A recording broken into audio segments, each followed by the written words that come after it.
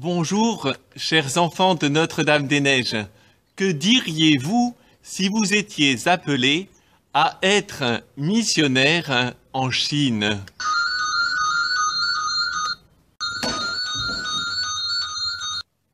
Vous voulez savoir quel est le défi du mois?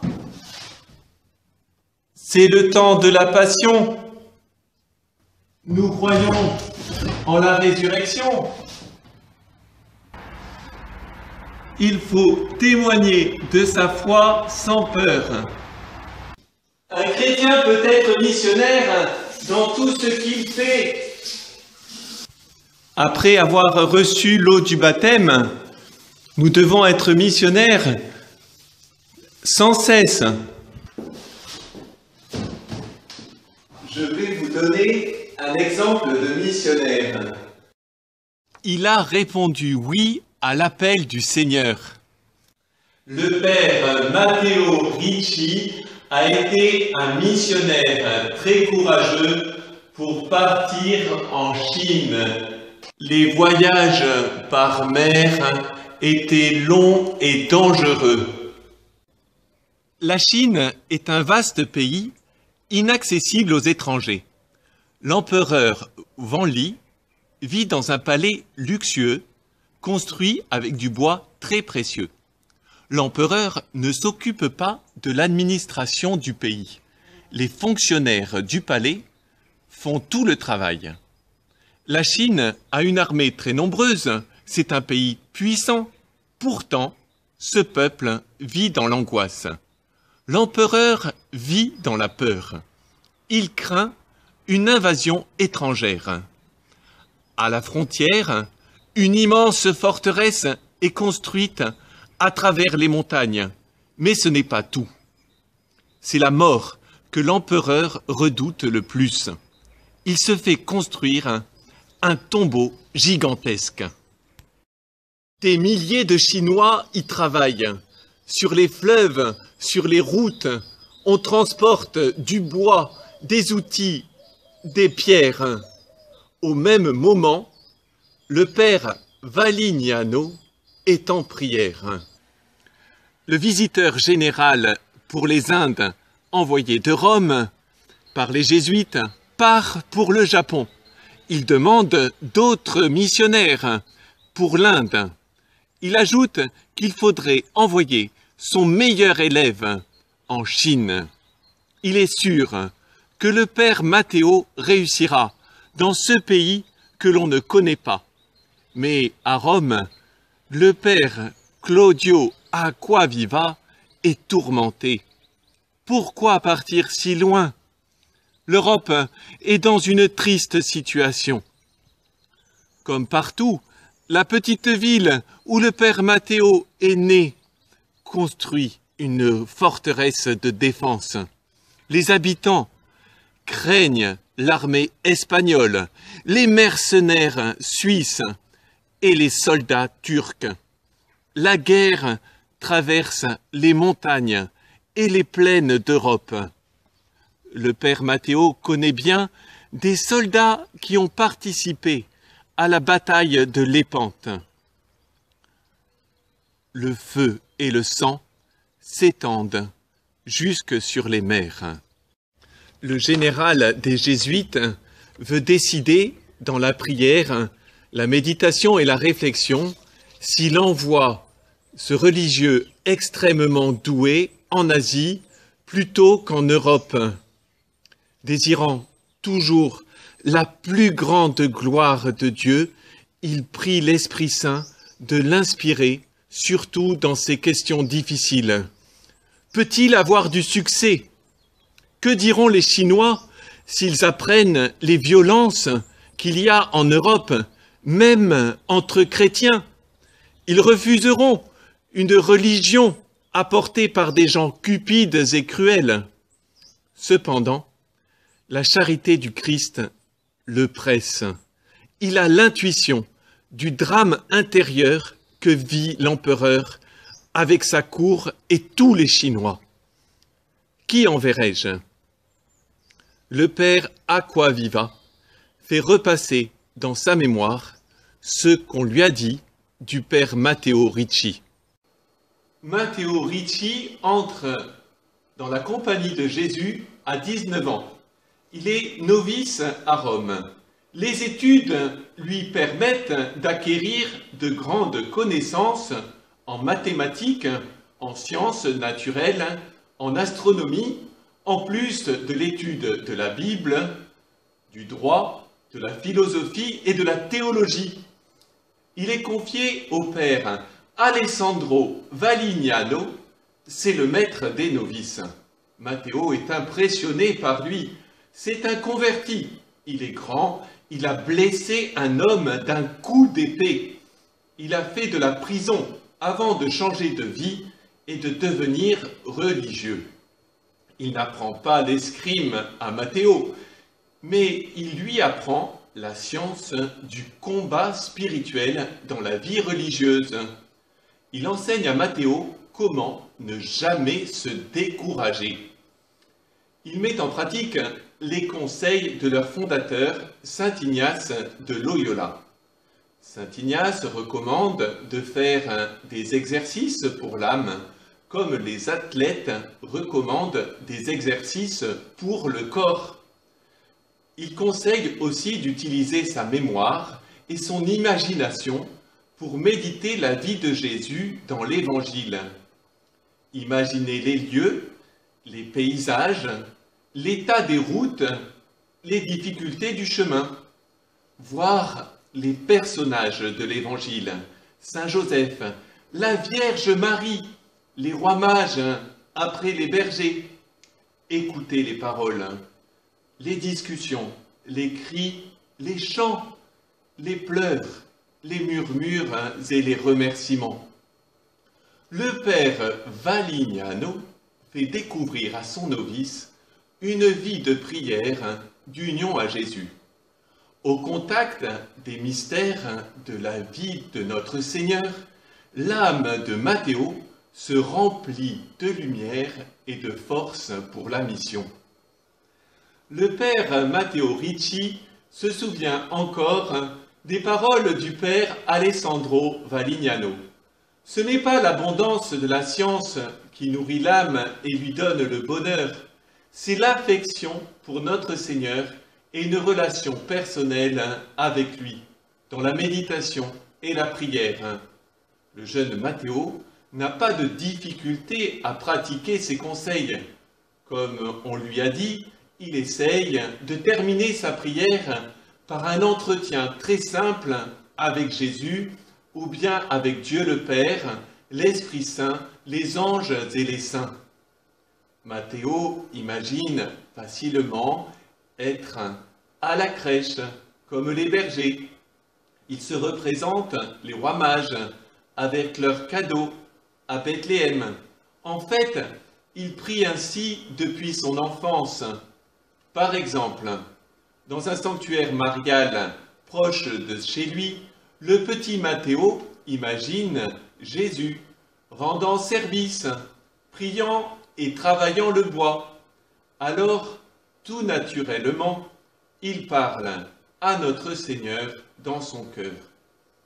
Pour la mission, il faut avoir une vie intérieure. C'est beaucoup plus important que les actions que l'on peut faire. Activité intérieure, activité extérieure, il faut les deux. Matteo le sait, Matteo le fait. Il faut ajouter que dans le sanctuaire marial de Lorette, le petit Matteo, avec son papa et sa maman, vénère la Sainte Famille dans la maison de Nazareth. Les murs, transportés miraculeusement par les anges, sont entourés de marbre magnifique. C'est le lieu de l'Annonciation où le Verbe s'est fait chair. Ainsi, le petit Matteo n'oubliera jamais la vie de Jésus. Maintenant, Matteo sait la nécessité et la valeur des préparations pour la mission, de la méditation, de la vie intérieure, des études, de la vie de prière, cachée, connue de Dieu La Sainte Vierge Marie prépare le petit Matthéo dès son enfance à sa vocation de participation à la mission de Jésus. La croix sera présente dans toute sa vie de missionnaire. Un jour, des soldats fouillent dans les bagages du père Matthéo. Ils saisissent le crucifix et disent au père: « C'est toi qui as mis ce pauvre homme dans cet état-là » Fou de colère, l'officier crie: « Hors d'ici! Nous ne voulons pas, dans notre pays, des gens aussi cruels !» De justesse, Matteo Ricci échappe à la bastonnade. Il explique que cet homme torturé est son ami et qu'il lui est très attaché. Apprenant cela, un ami chinois, voulant donner un bon conseil, lui dit: « Il ne faut pas fréquenter quelqu'un qui a cette apparence. » Pourtant, chaque jour, comme saint Ignace le demandait, il se rend au calvaire, en esprit, par l'imagination. Il se tient au pied de la croix, comme pour consoler Jésus. L'épreuve arrive. Vers minuit, des Chinois traversent, dans la ville de Chantou, qui est silencieuse, le pont flottant vers la maison des Jésuites. Ils sont excités après une fête. Certains ont la tête qui tourne. Ils disent: « Depuis que les Jésuites sont arrivés, il ne nous arrive que des malheurs. » Ils escaladent le mur, ils ouvrent le portail de la cour.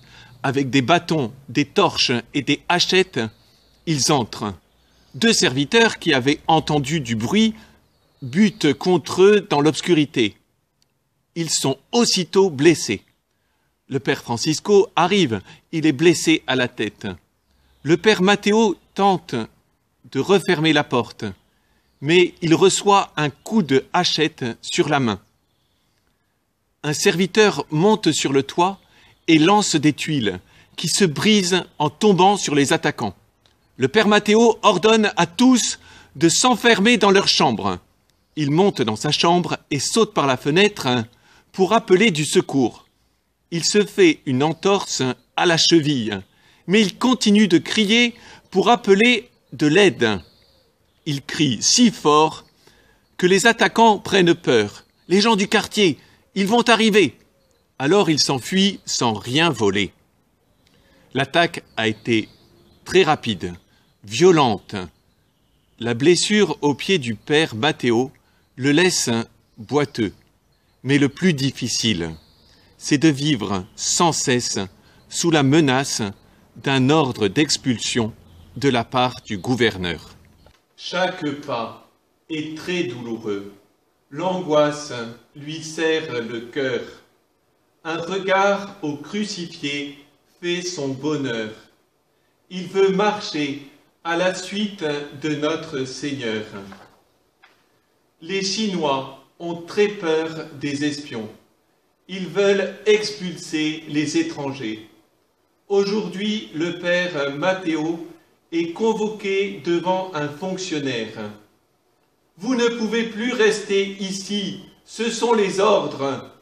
Nous ne voulons pas que vous observiez le pays pour aller ensuite tout rapporter aux généraux portugais. C'est fini !» Matthéo comprend aussitôt, il a une idée. Avec politesse et un grand sourire, il pose une question. « Qui vous parle d'aller-retour incessant? Je suis fermement décidé à ne jamais revenir dans mon pays, ou même simplement en Inde. Qu'est-ce qui empêche que je demeure en permanence dans votre si beau pays? C'est accordé. Le père Matthéo ne reviendra plus. » Maintenant, il cherche à rencontrer l'empereur et à obtenir la permission d'habiter à la capitale. Aucun étranger n'est encore rentré dans la cité impériale. Mais l'amour de Jésus dans le cœur du missionnaire renverse tous les obstacles. Le père Matteo a tellement étudié le chinois et la littérature chinoise qu'il est capable d'écrire un poème en chinois qui est mis en musique. Bientôt, les musiciens et les chanteurs de l'empereur l'exécutent à la cour. Extraordinaire. Le père Matteo est arrivé à porter l'esprit de l'Évangile dans le palais. Les dignitaires de la cour témoignent aux jésuites qu'ils attendaient un tel enseignement. Les cœurs sont touchés. Les hauts fonctionnaires se sentent poussés à devenir meilleurs, à faire le bien autour d'eux. Un jour, le père Matteo se rend compte que les rois et les princes d'Europe font des cadeaux de grande valeur à l'empereur pour lui montrer leur puissance, et que les marchands font des cadeaux qui ne sont que des bibelots sans valeur. Avec ses frères jésuites, il décide d'offrir des cadeaux qui font vraiment plaisir. Les Chinois sont passionnés par les oiseaux, surtout ceux que l'on ne trouve pas en Chine. De plus, les éventails en plumes d'autruche des empereurs et des rois européens les font rêver. Le père Matteo demande qu'on lui envoie un couple d'autruches pour l'offrir. À Rome, le général des Jésuites lui fait confiance. Il comprend la situation, mais comment faire voyager 2 autruches à l'autre bout du monde? Aussitôt, il envoie des plumes d'autruche, les plus belles possibles. Il envoie aussi des horloges, dont le tic-tac est fascinant. Les Chinois sont touchés par cette politesse qui dépasse de loin celle des commerçants et des marins étrangers. Le père Matteo est arrivé en Chine sans argent, sans grand bagage, si ce n'est des reliques des saints et des objets liturgiques. Grâce à ses frères jésuites d'Europe, sa maison se remplit d'objets de grande valeur pour l'empereur. Alors les Chinois s'imaginent qu'il est capable de changer le mercure en argent. Pourtant le père leur dit « Je ne suis pas alchimiste, je ne connais pas ce secret. » Mais rien à faire, ils sont sûrs. Tu nous le caches pour ne pas partager ton secret. La vérité, c'est que Saint Joseph, du haut du ciel, patron de l'Église, veille à ce que les missionnaires ne manquent de rien. Mais les Chinois auront besoin de temps pour le comprendre.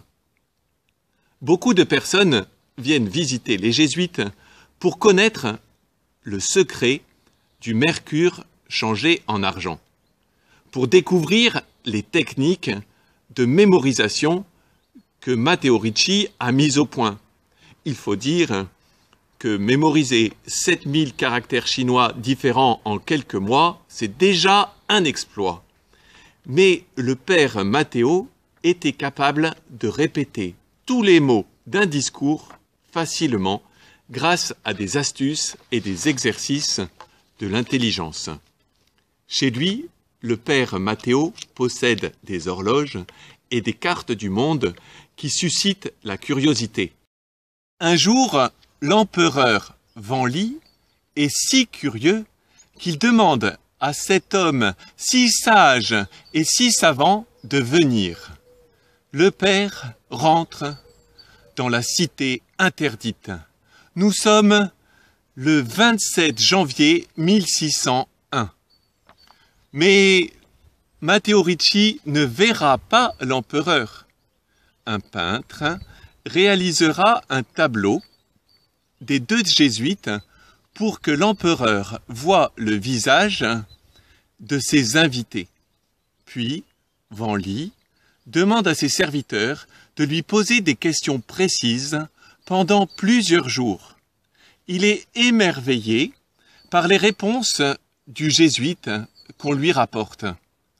enchanté, il autorise les jésuites à habiter la capitale, Pékin. C'est gagné. Ainsi, le père Matteo peut rencontrer les personnes les plus influentes de l'Empire chinois. Peu de temps avant de mourir, Matteo pense qu'il n'a pas été un grand semeur de la parole de Dieu. Il écrit à son supérieur « Je n'ai fait que défricher et préparer le terrain. » En fait, on compte environ 2000 conversions. Parmi les nouveaux chrétiens, certains ont de grandes responsabilités dans le pays. Il sait qu'il va mourir. Sa vie défile devant ses yeux. Le père se rappelle son naufrage où il a failli mourir dans les eaux du fleuve. Il revoit l'image de la Vierge qu'il a posée chez un ami chinois à Yugyung. La vie de famille des chrétiens qui l'ont invité à Zaking. Il se rappelle les feux d'artifice où les Chinois utilisaient pour une fête plus de poudre qu'un soldat italien durant 3 ans de guerre. La beauté du spectacle tournait ses pensées vers le paradis où il veille sur nous maintenant. Terminons par une prière pour les missionnaires, pour les jésuites, en particulier notre pape François. Confions à Notre-Dame des Neiges notre résolution du mois pour les missionnaires, afin qu'ils restent forts dans la foi et continuent d'annoncer Jésus, lumière des nations. Je vous salue Marie, pleine de grâce. Le Seigneur est avec vous. Vous êtes bénie entre toutes les femmes, et Jésus, le fruit de vos entrailles, est béni. Sainte Marie, Mère de Dieu, priez pour nous pauvres pécheurs, maintenant et à l'heure de notre mort. Amen.